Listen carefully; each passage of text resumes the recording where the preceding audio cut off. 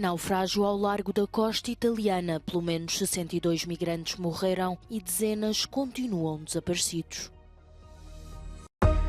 Tanto a Rússia como a Ucrânia reivindicam o controle de Bakhmut. Entretanto, o chefe da diplomacia saudita visita Kiev e promete uma ajuda importante. O Conselho de Direitos Humanos da ONU começa a reunião com os olhos postos na Ucrânia e nos crimes de guerra da Rússia.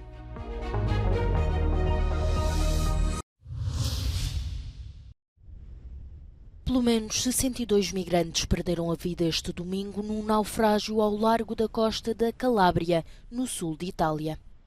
No barco seguiam entre 100 a 200 pessoas que se viram em dificuldades em alto mar, após o barco de madeira em que seguiam se ter partido devido ao mau tempo.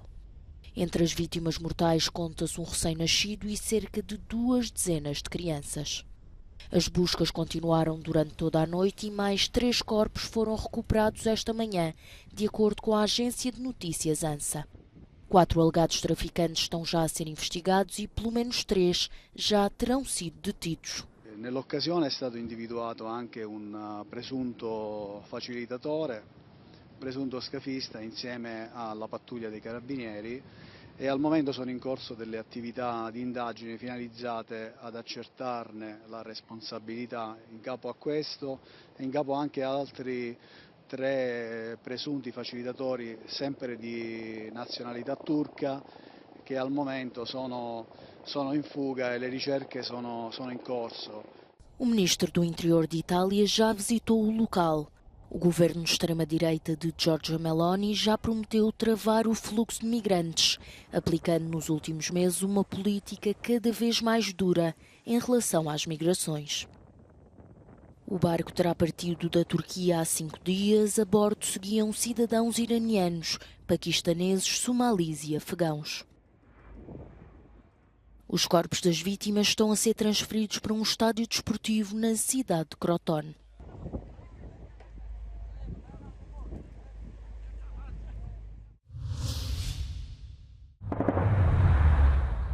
Na batalha por Bakhmut, no leste da Ucrânia, as tropas de Kiev continuam a contrariar as pretensões russas de ocupar mais território na região.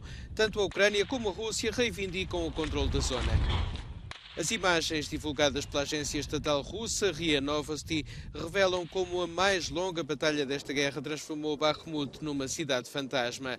Da população de 80 mil habitantes que vivia aqui antes da guerra, restam 5 mil que se recusaram ou não puderam deixar a cidade. Em Kiev, o presidente Volodymyr Zelensky recebeu o ministro dos Negócios Estrangeiros da Arábia Saudita, Faisal bin Farhan Al Saud, na primeira visita de sempre de um político deste país à Ucrânia. O ministro levou consigo a promessa de dar à Ucrânia cerca de 380 milhões de euros em ajuda humanitária. A Ucrânia divulgou, entretanto, imagens de drone que mostram tanques e outros veículos blindados de combate russos a serem destruídos por minas ou parados por ataques ucranianos ao tentarem aproximar-se de Vuhledar, na região de Donetsk. Esta tornou-se a mais recente cidade apanhada neste conflito sem fim à vista. Os crimes de guerra na Ucrânia são o foco principal da reunião do Conselho de Direitos Humanos da ONU em Genebra esta semana, com milhares de mortos civis e milhões de deslocados. O organismo mundial faz uma reunião prolongada que decorre até quinta-feira. O secretário-geral da ONU chamou a atenção para os ataques a civis. The Russian invasion of the Ukraine has triggered the most massive violations of human rights we are living today. It has unleashed widespread death, destruction and displacement. Attacks on civilians and civilian infrastructure have caused many casualties and terrible suffering. A reunião do Conselho de Direitos Humanos realiza-se após a Assembleia Geral da ONU ter apelado recentemente à retirada imediata das forças russas da Ucrânia. Espera-se que as tensões aumentem na quinta-feira com a presença do vice-ministro dos Negócios Estrangeiros da Rússia. Pensa-se que alguns diplomatas possam deixar a reunião em protesto.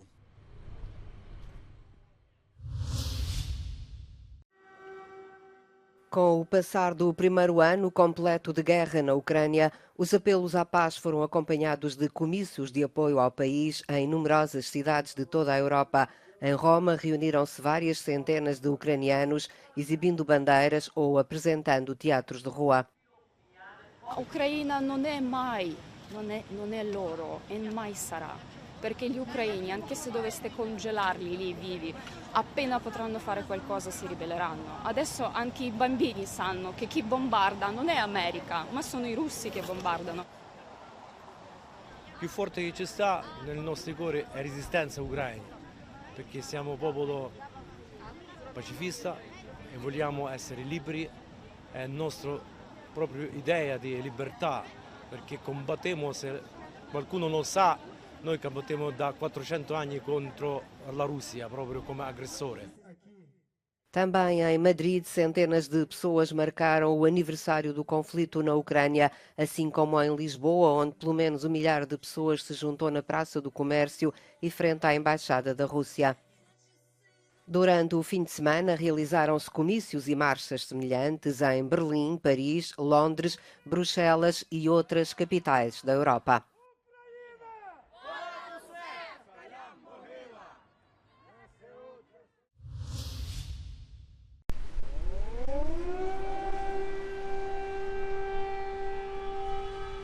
Praça Maidan, ouvem-se sirenes, é um dia quase normal de inverno em Kiev.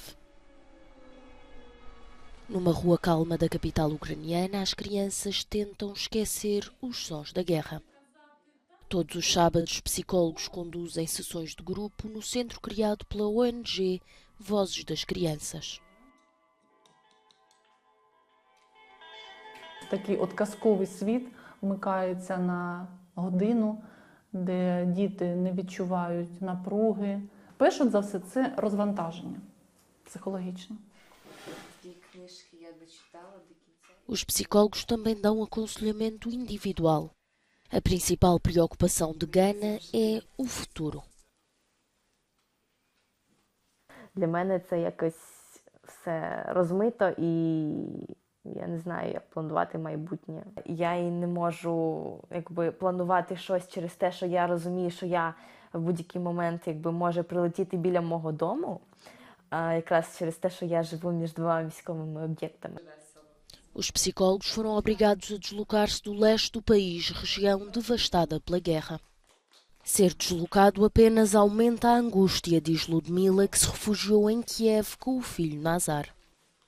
Стан повтомлюється, тобто більше втоми, більше почалося з осени якраз звернень з депресією, тобто це зараз називається синдром річниці, тобто ми розуміємо, що скоро рік, а просвіта нема. What would be your biggest dream, Nazar? Найбільше це повернутися додому, щоб Україна була вільна, щоб Росія там подохла. Це не головна моя мрія, це повернутися там. Дуже сумую, це дуже так боляче на душу, na розум. Um homem morreu e outras 32 pessoas ficaram feridas na sequência de um acidente de autocarro no noroeste da Áustria. 2 pessoas, incluindo o condutor de 52 anos de idade, ficaram feridas com gravidade.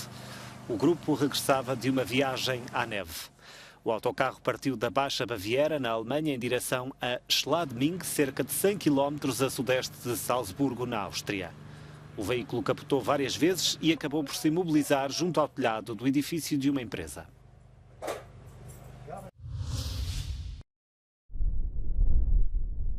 Depois da tormenta da crise energética, a Europa enfrenta agora a crise do custo de vida. Tem muitos componentes, mas um dos que mais preocupa os líderes políticos e afeta as famílias é o preço dos alimentos. Em fevereiro, os preços do gás caíram na Europa para o nível mais baixo em quase 18 meses, mas os preços dos alimentos continuam em alta. These lower energy prices that we have right now, they need to translate into lower cost of food production in order for us to see the price. For example, the prices that we're seeing at the supermarkets today, they reflect on energy prices 6 months ago when the food was produced. We believe that we'll only see a decline in food prices in about 6 months or so if energy prices stabilize. Em janeiro, os preços dos alimentos na União Europeia aumentaram em média 18,4% em comparação com o ano anterior. A Hungria liderou as subidas com 48,2%. Os aumentos de preços mais baixos registaram-se na Suíça e em Chipre.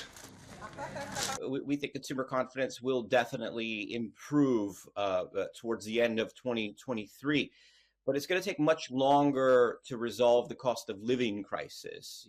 De acordo com o relatório de risco global do Fórum Económico Mundial para 2023, o impacto da crise do custo de vida é a ameaça mais séria para a comunidade internacional. Nos territórios ocupados da Cisjordânia e da faixa de Gaza, os episódios de violência e incêndios têm-se multiplicado depois de 2 colonos israelitas terem sido mortos a tiro por um palestiniano. Em Gaza, junto à fronteira com Israel, um grupo de palestinianos deitou fogo a pneus e atirou granadas atordoadoras contra a polícia. Antes disso, tinha sido um grupo de israelitas a causar uma série de incêndios na aldeia de Hawar, junto a Nablus, na Cisjordânia, como represália pelas mortes. Cerca de 15 casas ficaram queimadas e várias famílias tiveram de ser retiradas.